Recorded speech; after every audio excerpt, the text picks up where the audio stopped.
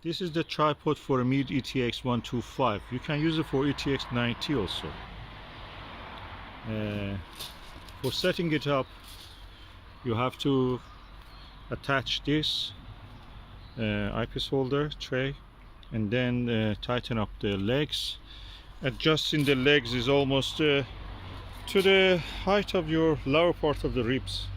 That will be convenient if you are whatever height you are.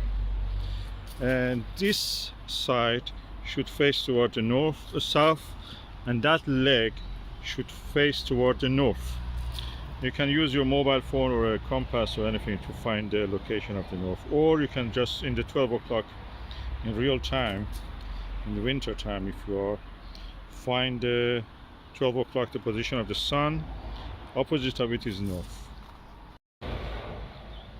Okay, I have now installed the telescope on the mount. I lowered it. Then with these two screws, there are two holes inside here, and then you tighten them up and your telescope is set up. First you do this, but keep it a little bit loose, then you do second one. After that you can start the process of aligning it, which I will not do today. I just wanted to make sure this is the tripod mount for this. I had it in storage. I was always using this telescope on the windowsill, but when you're using the windowsill you have limitations. You cannot really be sure that what you are seeing or what you're tracking will always be what you want actually. So with this hopefully I will be able to do it. Always miss the intermediate Maksutov. I have a Maksutov 90 C90 and also ETX90 and ETX105. I have also Maksutov Skywatcher 150, but this 125 is something that is intermediate between the powers of them, and always wanted to use that. Now I have installed it. Let's just have a look in the optics of this and see what we can do afterwards. So this is the telescope. It needs probably a little bit blowing with the blower, but that's it. It's Maksutov Meade ETX125. Diameter of the mirror is 2 millimeters bigger. Meade does that deliberately because a little bit of it will be taken by the rim when they announce it. So it's not exactly 25 if you have that rim. So 22 millimeter will be added to just compensate for that ring around it. The optics is this. You can see it's very nice and lovely. There was a time in 1990s that every boss, every CEO of company had one of these on his table or on a mount or a windowsill in their office, and that's the reason we have a lot of them now available for sale as second hand, because this is not in fashion anymore. By then it was a cheap alternative to something like Questar, which didn't have this size anyway, as far as I remember. And Questar 3 was the most common one probably, and Questar 17 also, but that was rarer than that. So this was beautiful. It looked really modern. It had a nice thing you had in your office, and you could show that you're a man of the world.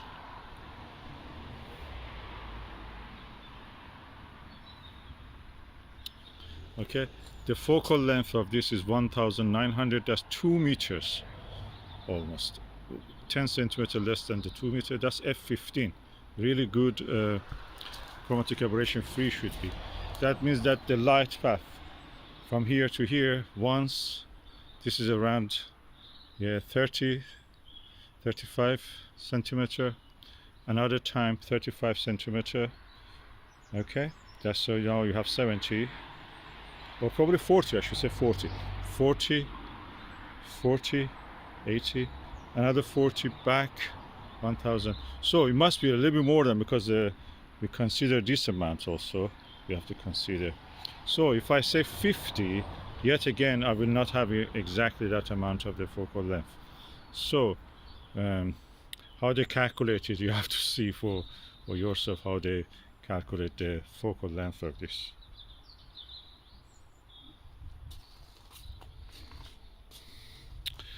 There are accessories for that. I love this lens cap for this. Is metal. Of course, it's easier with the plastic one. You just undo it, but this is also premium. This gives a premium look to it. It makes it like a Questar. Also, Maksutov telescopes like a Schmidt-Cassegrain are dew magnets. Practically, they absorb a lot of dew because of this surface. And because they don't have any dew shield, you have to have a dew shield. I was lucky enough that this telescope came with a dew shield of its own. I bought it second hand. So let's just install it and see how it will look. Yeah, that's the dew shield now installed. As you can see, it added along about 15 centimeter to the width of the length of the telescope. This is how it looks like inside. Now the dew will form on this surface and will avoid the direct contact with that. You can put even a dew heater, dew shield heater here around it, which I will do if I need it. Now that is tightened up, I need to adjust it for the latitude. I will just do it. We are in the UK, so generally around 50, a little bit more than 50. So, but I will do a complete setup of this with showing you how the actual, finding an object is later. Okay, when you adjust it for the polar alignment, that's the position of the pole in our sky, is the line's axis going from this direction toward the north. So that means when this telescope rotates, it follows the diurnal or sidereal rotation of the Earth. Along it will follow, and you will see the object is staying in the field of view of this beautiful telescope.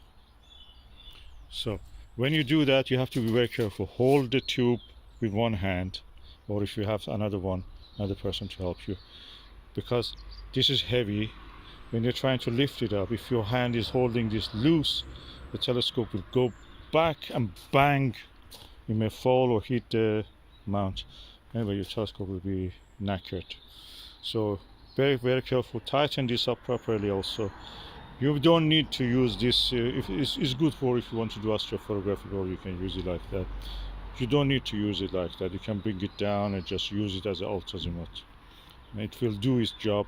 Instead of following in a curve like that, if you follow in a zigzag pattern, follows a little bit in the azimuth, then goes latitude, azimuth, latitude, in a step like that will follow, and the same effect is good for visual, may not be good for astrophotography, but anyway, that's your choice. This is how it looks like when you are facing almost the south.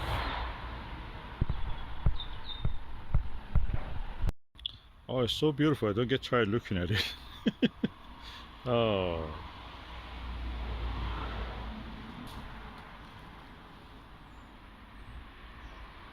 And the finder scope of it is this interesting bit. It's a red dot finder, but a bit a different way. It is also north level. You can connect it to actually find the north, because this is also like a level. I may use it, I may not use it, but that's my option.